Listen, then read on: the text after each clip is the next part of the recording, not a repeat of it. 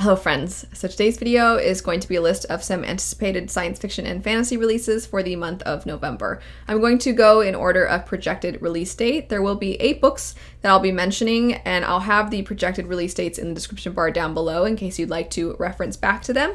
But regardless, I'm just going to jump right into it. The first book on the list would be The Luminaries, and the description for this one says that it's a haunting and high-octane contemporary fantasy about the magic it takes to face your fears in a nightmare-filled forest and the mettle required to face the secrets hiding in the dark corners of your own family. A little bit further into the synopsis, it says, Hemlock Falls isn't like other towns. You won't find it on a map, your phone won't work here, and the forest outside town might just kill you. Winnie Wednesday wants nothing more than to join the Luminaries, the ancient order that protects her town and the rest of humanity from the monsters and nightmares that rise in the forest of Hemlock Falls every night.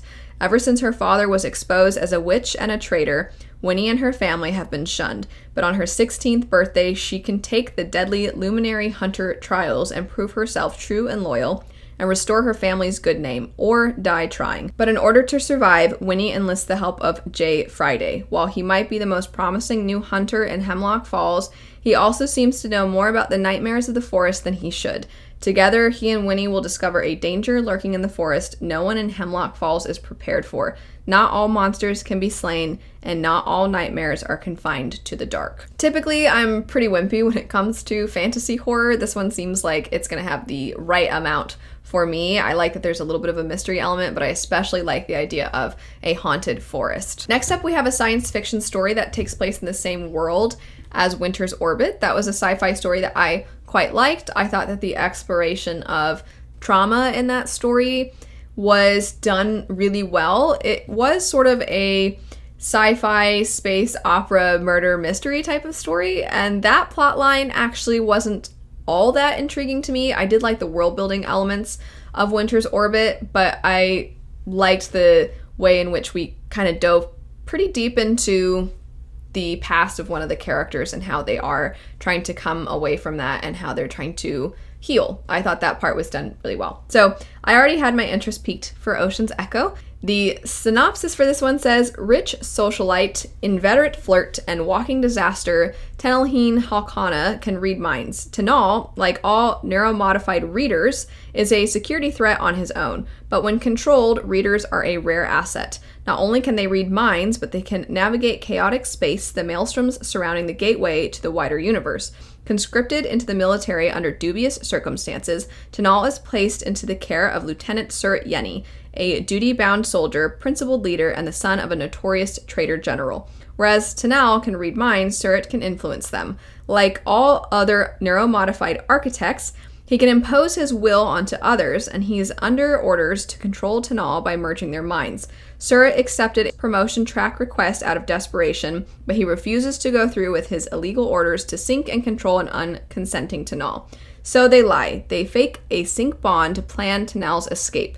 Their best chance arrives with a salvage retrieval mission into chaotic space to the very neuromodification lab that Surratt's traitor mother destroyed 20 years ago.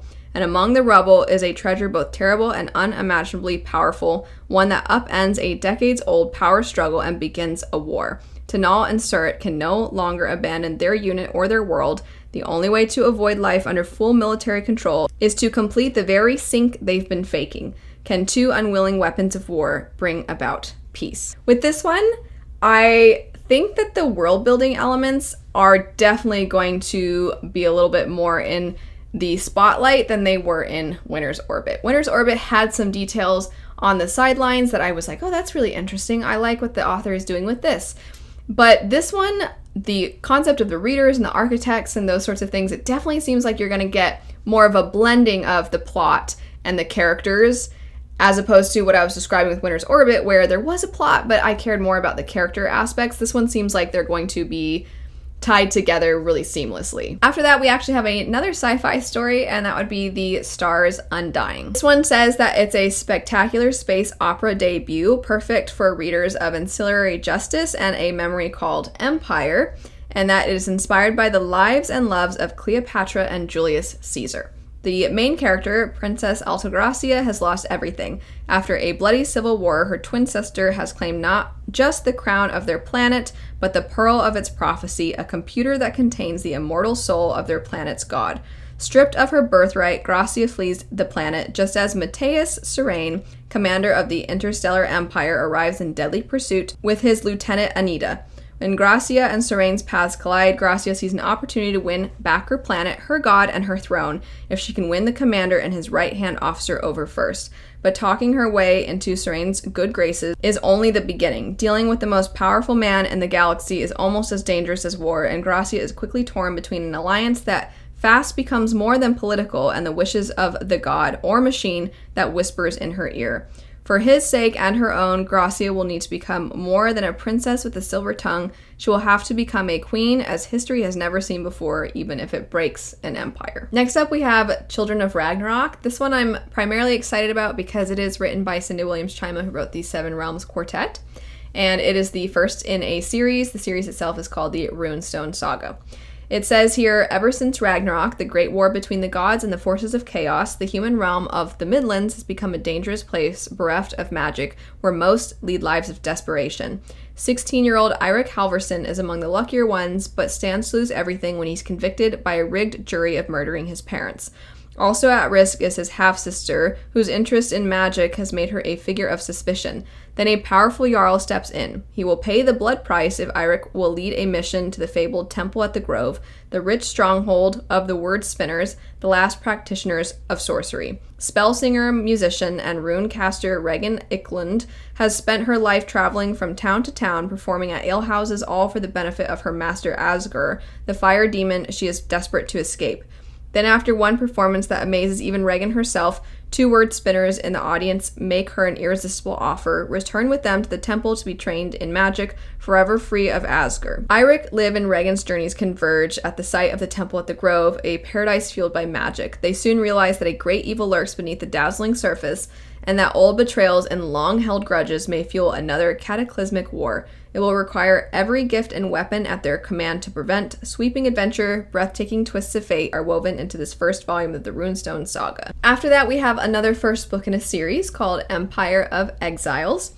This one says, 27 years ago, a duke with a grudge led a ruthless coup against the Emperor of Samilla, killing thousands. He failed. The duke was executed, a terrifyingly powerful sorcerer was imprisoned, and an unwilling princess disappeared. The empire moved on. Now, when Quill, an apprentice scribe, arrives in the capital city, he believes he's on a simple errand for another pompous noble: fetch ancient artifacts from the magical imperial archives.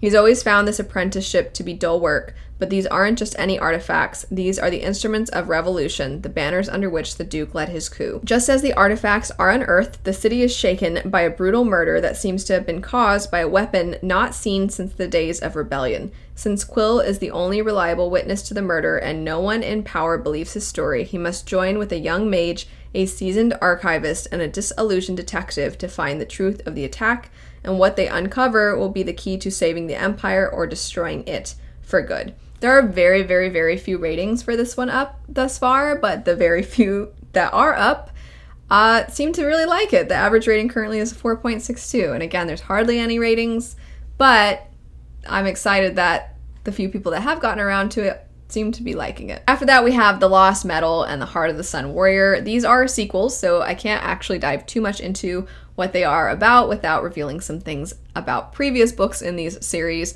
Heart of the Sun Warrior, though, is the end of the duology that comes from the first book being Daughter of the Moon Goddess. This came out earlier this year, so I'm really excited to read Heart of the Sun Warrior and see how everything wraps up.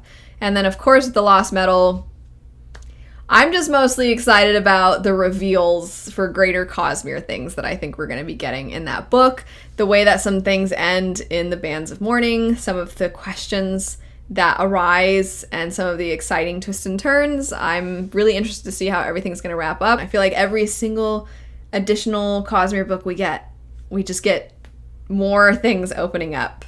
And I'm excited. Last on the list is Tread of Angels. This is by Rebecca Roanhorse, and it's the first book in a new series.